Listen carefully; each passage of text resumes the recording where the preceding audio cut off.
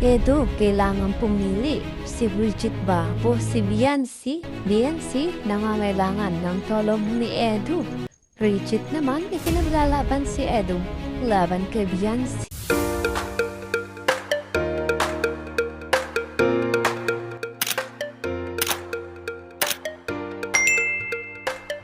Isang mapagpalang araw po sa ating lahat. Magandang araw at gabi po dyan sa mga silent viewers at mga solid supporters.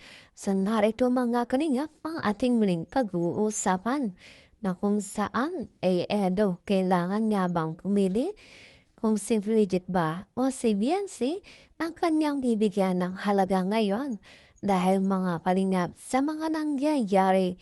Alamin natin maya-maya na lamang, pero bago po yan ay lagi kong paalala sa inyo, bago po tayo magbigay ng ating mga comment at opinion, itapusin po muna natin ang kabuuan ng video nang sa ganoon ay akma po ang ating i-comment. Sa ating pagpapalik, narito mga kalingap na kung saan sinasabing kalingap Edo ay kailangan pumili ngayon. So, kailangan nga bang pumili mga kalingap? Kung sino nga ba ang kanyang bibigyan ng halaga ngayon mga kalingap? Kung ating pag-uusapan mga kalingap, atin munang pag-usapan itong patungkol kay Viancy na kung saan nangangailangan ng tulong ngayon na sobrang nai-stress na at sinasabi ng ilan masama ang pakiramdam. Kung kaya hindi nagpapakita sa kanyang live at lagi na lang humingi ng paumanhin sa kanyang mga viewers o supporters sa mga kalingap. Heto nga po ang katanungan kung sino nga ba ang pipiliin ni Edo sa dalawa. Si Viancy ba na nangangailangan ng kanyang tulong? So, dahil alam din naman natin na si Edo lamang ang mas nakakaintindi dito kay Viancy at alam din naman natin na si Edo ay pilit na iniintindi atong katayuan ni Viancy.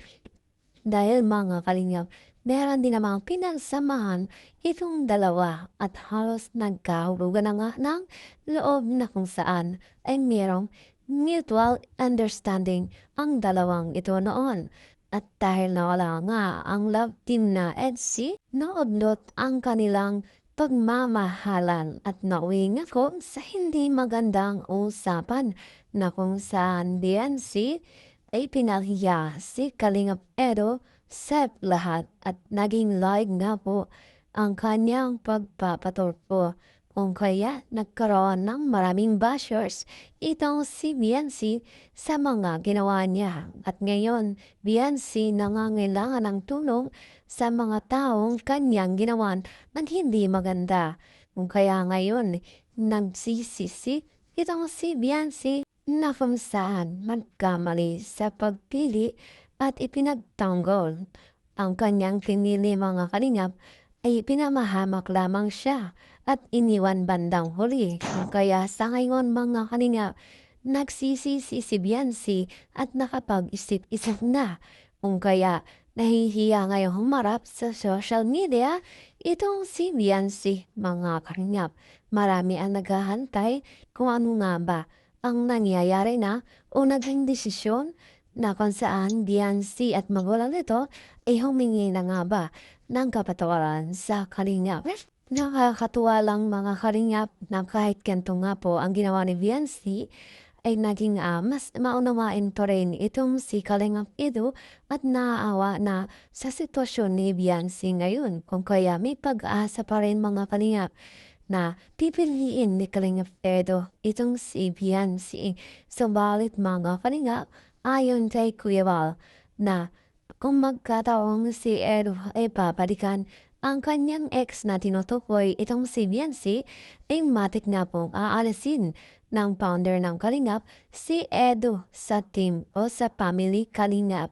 Siyan nga po ang pinag-aalala ng lahat na kung saan Edo magkikipagbalikan ba sa kanyang ex o hahayaan na lang at haharapin ang bagong career sa kanyang buhay ngayon.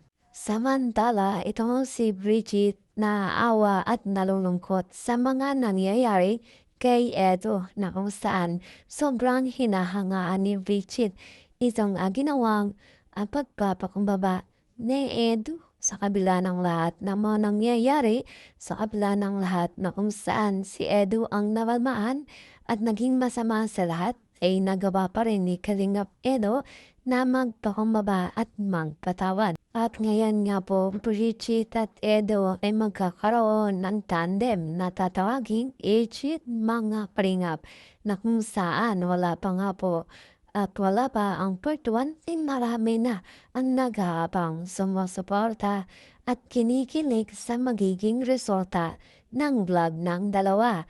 So sana yon, eto nga po mga kalingap, isa rin ba o si Bridget rin ba ang pipiliin ni Edo?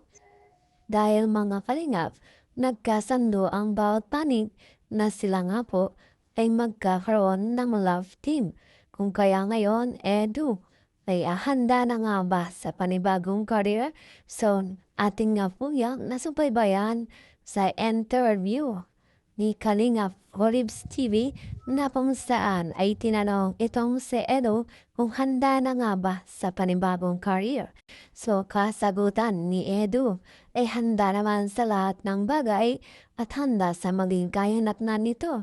Kung kaya mga Kalingap, marami ngayon ang nangangamba na kung saan pwedeng maundot ang love team na Exit at si Edo ay focus at tutulungan si Viancy.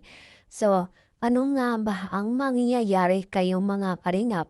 Ano ang masasabi ninyo patungkol dito? Maaari kayong magbigay ng inyong kanya-kanyang opinyon na angkop nga po sa videong ito na ating pinag-uusapan. Abang-abang mga Kalingap ang mangyayari. Inaabangan ng lahat ang paghingi ng tawad ng Family Batalero sa Family Matubang. At eto nga, inaabangan din ng lahat ang panibagong love team na Egypt na kung saan part 1 ay inaabangan na. Patok nga po ang usapin patungkol dito at marami ang nag-aabang mga Kalingap. Kung kaya maging tayo ay patuloy pong sumuporta sa aking mga ina-upload na video at salamat nga po sa palaging panunood mga Kalingap sa walang sawang pagsuporta at maging sa susunod pang mga upload ko. Ganon din, patuloy ka nating suportahan ang mag-ama na matubang dahil sa napakaganda nilang pagbibigay saya at tulong sa ating mga kababayan. Katuloy din po nating suportahan ang kanilang may bahay, Ate Edna Vlogs, Real Jacket Tavia. Kung sana tayong magsasawang sumuporta, mga Kalingap.